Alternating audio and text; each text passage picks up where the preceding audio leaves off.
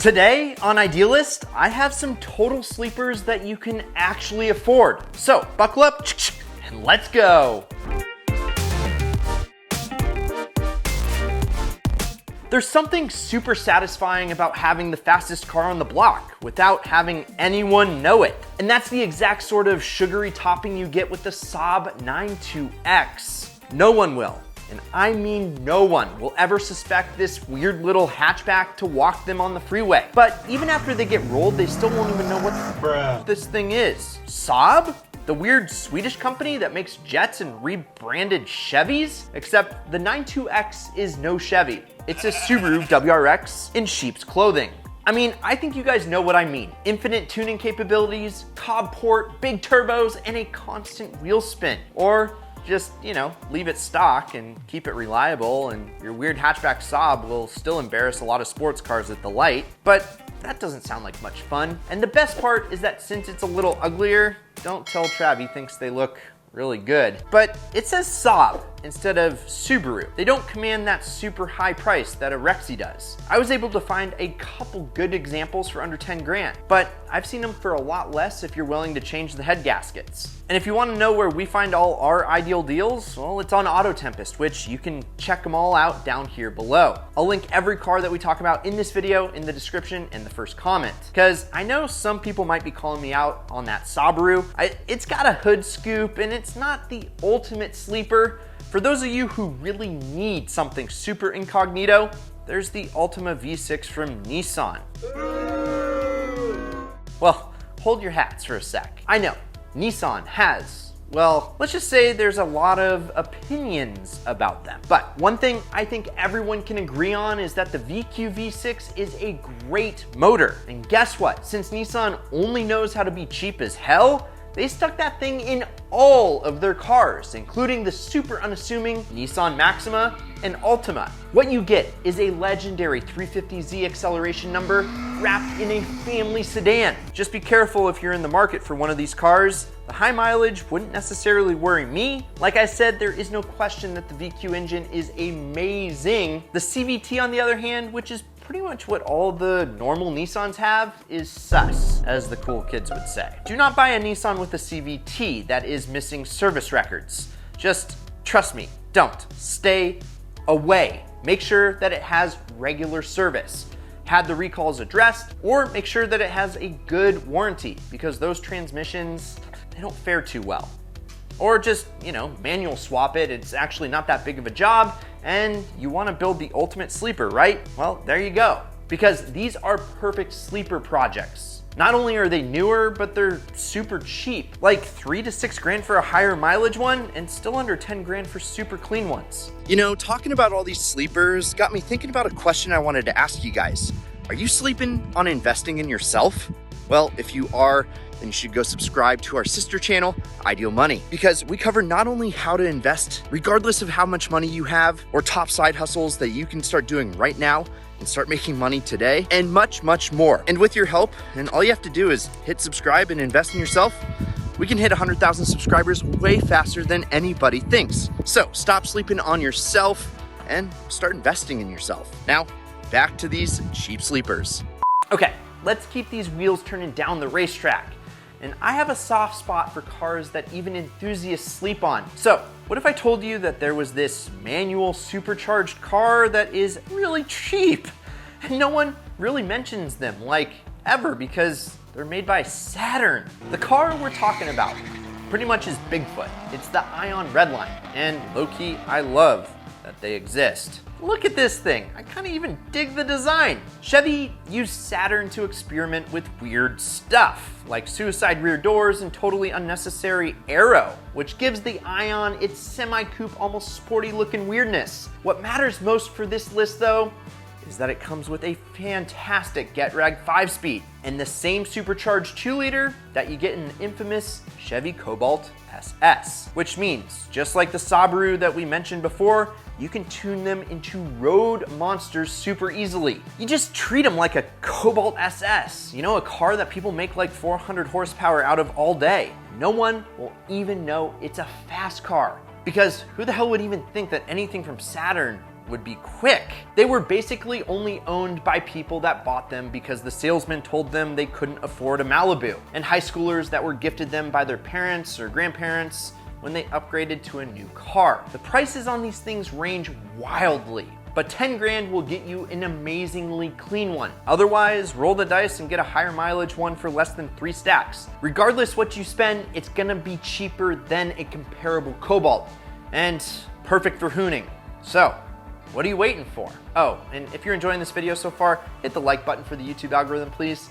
It helps us out a lot, and if you're not subscribed, subscribe. We're almost at 1 million subs, and we're gonna go wild.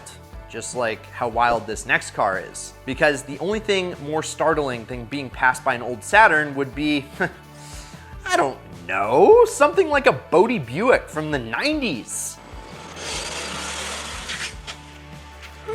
Specifically, the Park Avenue Ultra. Buick? They have the dumbest names, I swear. This bubbly boat of a car hides a secret under the hood though. A 3.8 liter supercharged V6 secret. Turns out that GM really never knew what to do with Buick. They just knew that their older, only buy American types wanted to feel like their new car was actually an old car. Old cars, well, they're big, had powerful engines, and didn't have a ton of fancy crap on the inside. So the Park Avenue was big, had a big V6, and had an interior that only your grandpa could love. And if grandpa had a few more coins to rub together, they could plop down for the Ultra trim, which meant GM slapped in a supercharger. Nowadays, most of the people who bought these things have either moved on to a Tesla or downgraded to, I don't know, a Kia. So there's not a lot of buyers, and it's a total sleeper. You can get a really clean one for 6 grand, and 3 grand's gonna get you one that will do plenty of highway pulls. It might just not be so easy on the eyes. And the best part is that they are super easy to work on. It's a big engine compartment, and the parts are cheap. But no one wants an old Buick, so it's not gonna sell, except, well, you do. You're different, a lot like nothing else. And since you want people to be gapped by the Grandpa Mobile, you buy one. Nope. All right, boys and girls, if any of you thought an old Buick was a wild card, just wait. Up next is the Chevy Volt. You hate the Prius, right? Those are super slow. The Insight is even slower, and dear God, the Leaf can barely move. So why did Chevy decide that the car they built just to compete with the Prius needed a sub 7-second 0 to 60 time? Who knows? The same reason they made a super fast Saturn and supercharged Grandpa's car, I guess. And this is far from the fastest sleeper on our list, but it's one of the sleepiest, because no one expects a pretty ugly sedan meant purely to get good gas mileage to actually be able to run most family cars down on the road. And with gas prices the way that they are right now, well, for 6 to 8 grand, you could actually do a whole lot worse. Hey, we got room for 2 more, right? Okay, all right. Let's say that you got 3 grand and you want a sleeper, but don't want to do any work at all. Well, I'm not going to go on record saying that the Focus is a great car. Actually, it's kind of the opposite. The new ones have terrible transmissions and are super boring. In the early 2000s though, Ford was trying to compete with all those JDM kids in their Civics. So they took the most boring car they ever built, you know, the first generation Focus hatchback, and sportified it. Think of it as like the SI version for Focus. It's not the RS, which is like the Type R, but it's got a lot of factory upgrades that make it worth driving around. It's a manual, lightweight hatchback with a high revving engine that looks like absolute garbage. Now, for the big secret, Ford turbocharged these things all over the place. So did Mazda. That little 2-liter Duratec is everywhere. And super duper easy to mod. So buy a 2 grand Focus or shell out 4 grand for a clean one, then drop a grand in upgrades and go embarrassing Mustangs. And for this next car, honestly, it's the one that I would recommend the most, since it's a Honda and that means it's pretty bulletproof, or at least it's a Honda everywhere else on Earth. Here in the US, we call it the Acura TL. Smooth, fast, and it runs forever. Look, the Honda Accord V6 is a great car that will surprise you with how fast it actually can go. Remember, Honda canceled the Prelude because the Accord surpassed it. The V6 Accord is a perfect sleeper, but I don't know.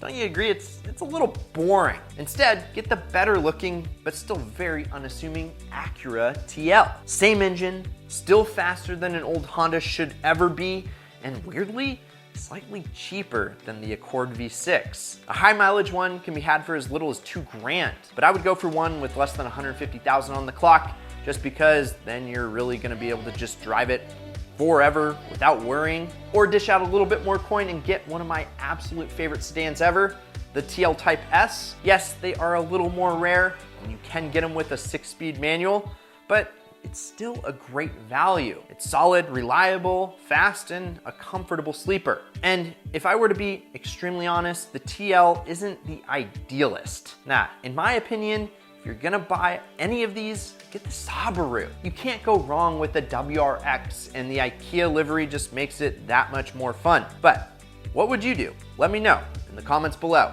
And go check out this Idealist starter pack over here. A ton of binge-worthy content, and if you're not subscribed yet, well, please do that. I'm Brad, this is Ideal, and promise me one thing, keep living the ideal lifestyle.